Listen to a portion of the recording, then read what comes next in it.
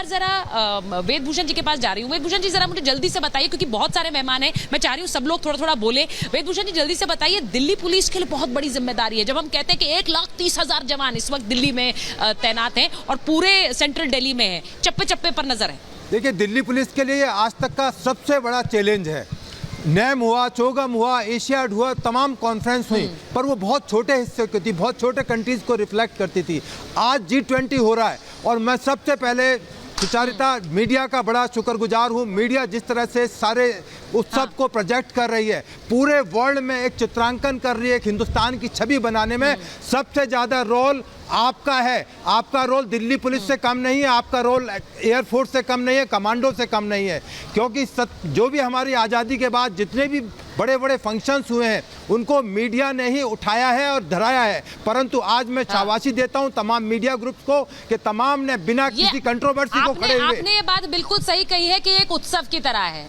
यहाँ जब आप आ रहे हैं भारत मंडपम में तो ये पता भी लगता है कि कैसे एक उत्सव है। मैं पीछे दिखा दूं जरा, यहाँ पे अभी लाइट्स ऑन होने वाली है। जब रात का समय होगा तो ये लाइट्स यहाँ पर जब जल जाएंगी तो ये इतना खूबसूरत दिखेगा कि पूरा देश यहाँ पर ये देखेगा। मैं एक बार जरा बता देती हूँ कि जो बाइडेन आने वाले हैं, जो बाइडेन और प्रधानमंत्री नरेंद्र मोदी की जो मुलाकात है उसके मायने क्या है। एक बार ये, क्योंकि ये महा मुलाकात होगी, एक बार मैं बताना चाहती हूँ, पीएम मोदी बाइडेन के बीच ये मुलाकात है, आज ही होनी है। 3 बायलैटरल यानी 3 राष्ट्रीय अध्यक्षों से आज प्रधानमंत्री मिल रहे हैं, जिनमें जो बाइडेन भी है, शेख हसीना है और मॉरिशस के प्रधानमंत्री हैं।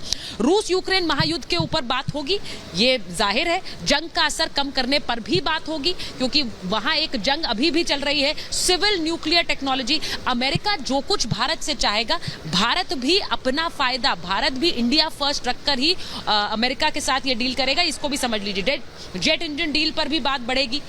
गरीबी मिटाने का एक्शन प्लान क्या होगा, इसे बहुत सरल शब्दों में समझिए कि यहाँ अमेरिका और भारत के बीच एक गिव एंड टेक है और उस रिश्ते को भी उस तरह से समझना चाहिए। अमेरिका भी अपना भला चाह रहा है, भारत भी अपना भला चाह रहा है। मैं एक बार जरा इसी मुद्दे पर बार मैं शाजिया जी के पास जाना चाहती हूँ। शाजिया जी, जरा जल्दी से बता दीजिए, अमेरिका के लिए भारत इस वक्त एक बहुत बड़ी अपॉर्चुनिटी है, क्योंकि भारत की तरफ पूरी दुनिया देख रही, सिर्फ अमेरिका नहीं। भारत के लिए इस G20 में और अमेरिका के साथ रिश्ते में क्या है, अगर आप हमारे दर्शकों को बताएं।